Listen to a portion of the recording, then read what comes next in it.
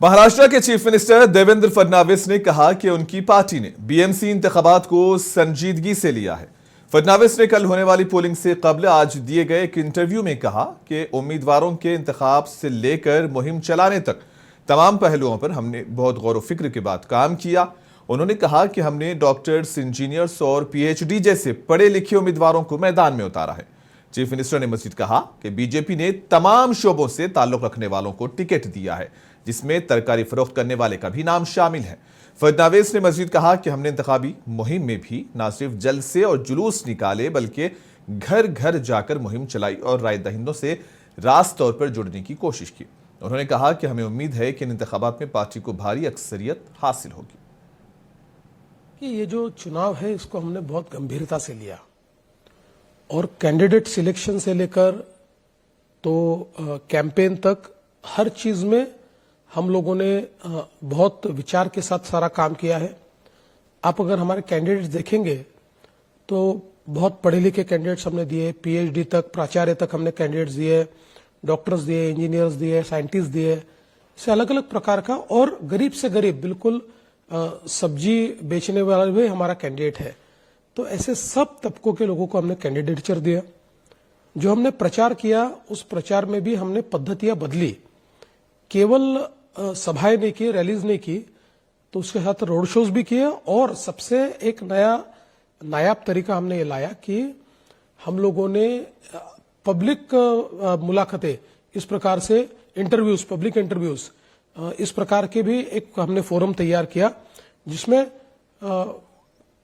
सारी पब्लिक के सामने ओपन इंटरव्यूज हमारे हुए। और ये सारा करते हुए हम लोगों ने एक बात पर हमेशा ध्यान रखा कि जो फोकस है वो डेवलपमेंट होना चाहिए। और किसी भी शहर में गए तो हमने देश में क्या हो रहा है और महाराष्ट्र में क्या हो रहा है, इससे ज्यादा बात यह कि उस शहर में क्या हो रहा है, हमने अभी तक क्या किया है, आगे हम क्या करना चाहते हैं, हमारा विजन क्या है, मोदी जी का अर्बन गवर्नेंस का विजन क्या है, ये सारी चीजें हमने वहां पर बताई। तो मुझे लगता है कि लोगों ने इसको बहुत अच्छा रिसीव किया है। बीएमसी में तो लोगों ने हमारा काम ही देखा है।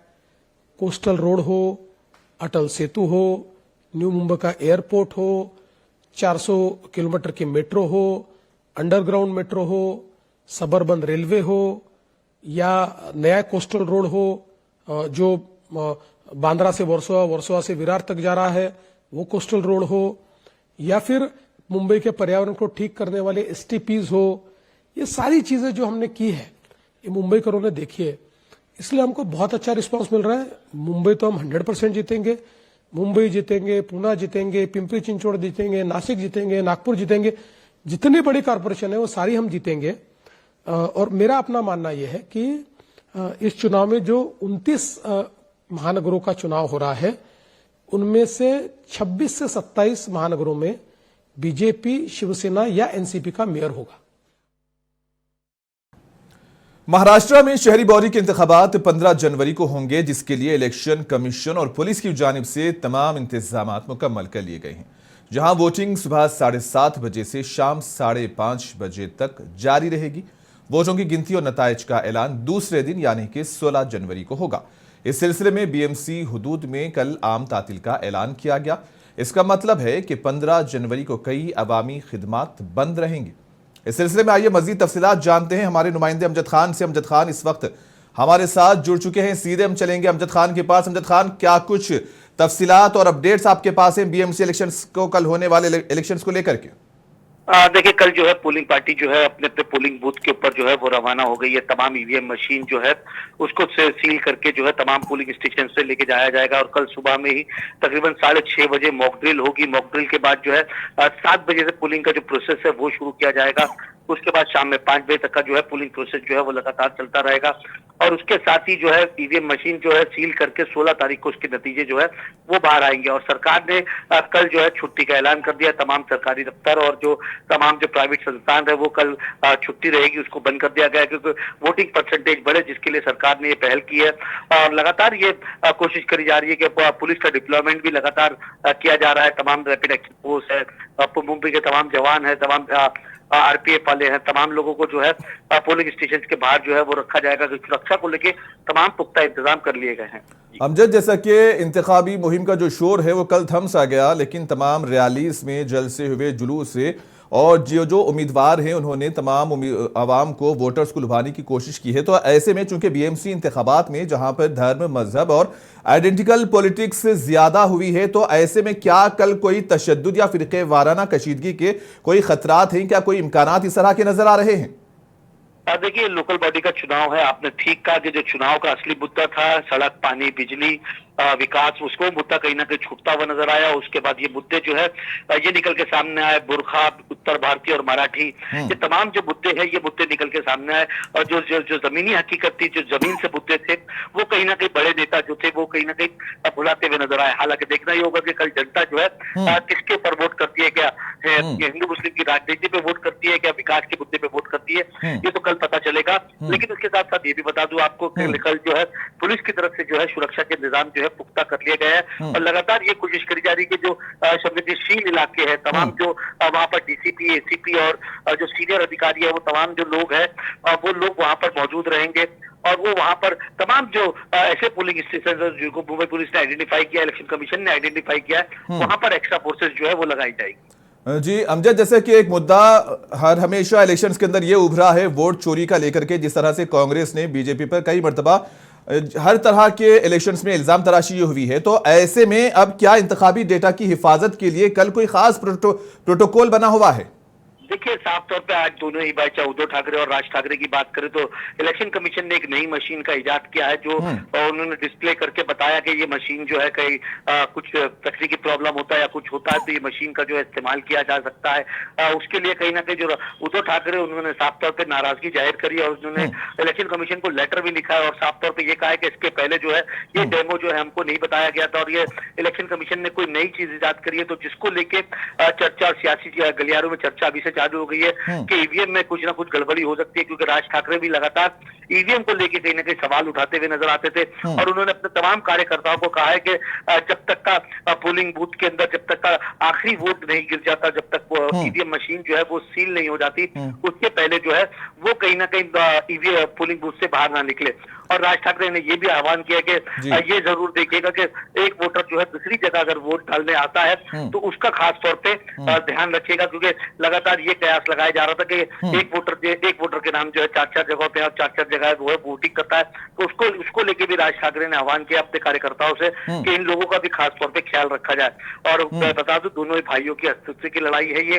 दोनों ही भाई चाहते हैं कि बीएमसी के अंदर 30 साल से जिस तरीके से शिवसेना काबिज है और ये वापस से चाहते हैं कि रिटेन जो है वो कर पाए।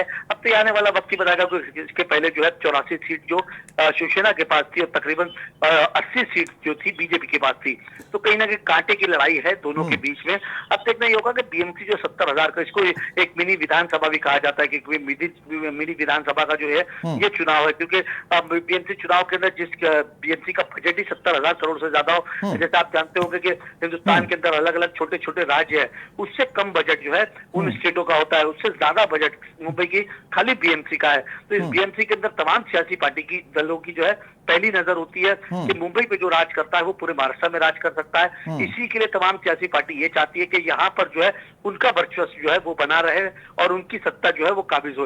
हालांकि एक देवेंद्र फडणवीस और लगातार बीजेपी की तरफ से ये दावा किया जा रहा है कि 29 में से 28 जो नगर पालिका है, नगर बीएमसी जो है उसके ऊपर हमारा कब्जा होगा। अब देखना होगा कि जनता जो है वो किसके साथ जाती है, लेकिन एकनाथ शिंदे के लिए भी ये कहीं ना कहीं बहुत बड़ी चुनौती की बात होगी कि एकनाथ शिंदे की भी वर्चस्व की लड़ाई है इसके अंदर, क्योंकि उन्होंने जिस तरीके से 2.5 साल पहले 3 साल पहले उन्होंने जब शिवसेना के ऊपर अपना हक जताया था, उसके बाद उनको चुनाव चिन्ह मिल गया धनुष्यबाण, उसको लेके कहीं ना कहीं जनता के बीच में तो फिर जा रहे, क्योंकि देखिए शिवसेना का असली गढ़ जो है, बाला साहब ठाकरे का असली गढ़ जो है वो मुंबई है। मुंबई में दोनों भाइयों की राजनीति जो है वो चमकती है। हमने विधानसभा का भी चुनाव देखा। अमजद, मार्च 2022 में जहां पर बीएमसी की जो मुद्दतकार खत्म हो गई थी और लगभग तकरीबन 4.5 साल के करीब यह अरसा हो चुका है, तो ऐसे में अब कल जो इलेक्शंस होने वाले हैं बीएमसी के, उसमें हसास और इंतहाई हसास जो पोलिंग स्टेशन है उसके लिए क्या कुछ इंतजाम है? जैसे कि आपने कहा कि अभी शिवसेना का जो गढ़ है मुंबई जो माना जाता है, तो ऐसे में और कौन से जो हसास पोलिंग स्टेशन से मुकामात में और वहां पर सिक्योरिटी की क्या मनसूबाबंदी है? देखिए सिक्योरिटी को लेके तमाम जो जगह है वहां पर जिसको देखिए पोलिंग स्टेशन और इलेक्शन कमीशन जो है और मुंबई पुलिस जो है वो बैठती है साथ में और तमाम पोलिंग स्टेशन को आइडेंटिफाई करती है कि ये संवेदनशील है, ये ज्यादा संवेदनशील है। तो वहां पर जो सुरक्षा को लेके जो है काफी ज्यादा इंतजाम किए जाते हैं। वहां पर लेडीज कांस्टेबल भी या उधर एक्स्ट्रा फोर्सेज जो होते हैं, जो जवान होते हैं, उनको बुलाया जाता है और 3 से 4 टीम जो पुलिस फोर्स की जो है मुंबई डिप्लॉय कर दी गई है। इनको अलग अलग जगहों पे जो है वो लगाया जाएगा। अगर बात करें तो तमाम जो 100 मीटर के अंदर जो पुलिस स्टेशन से जो 100 मीटर की दूरी होती है वहां पर जी। तमाम दुकानें जो है वो बंद रखी जाएगी। बहुत शुक्रिया अमजद आपका, बहुत शुक्रिया आपका हमारे साथ जुड़ने के लिए। तो नाजरीन, ये थे महाराष्ट्र से हमारे नुमाइंदे अमजद। जैसा कि आपको बता दूं कि कल महाराष्ट्र के बीएमसी इलेक्शंस होने वाले हैं और इसके लिए तमाम इंतजाम मुकम्मल कर लिए गए हैं। 16 जनवरी को नताए जाएंगे और इसके बाद पता चलेगा कि बीएमसी पर किसका कब्जा होने जा रहा है।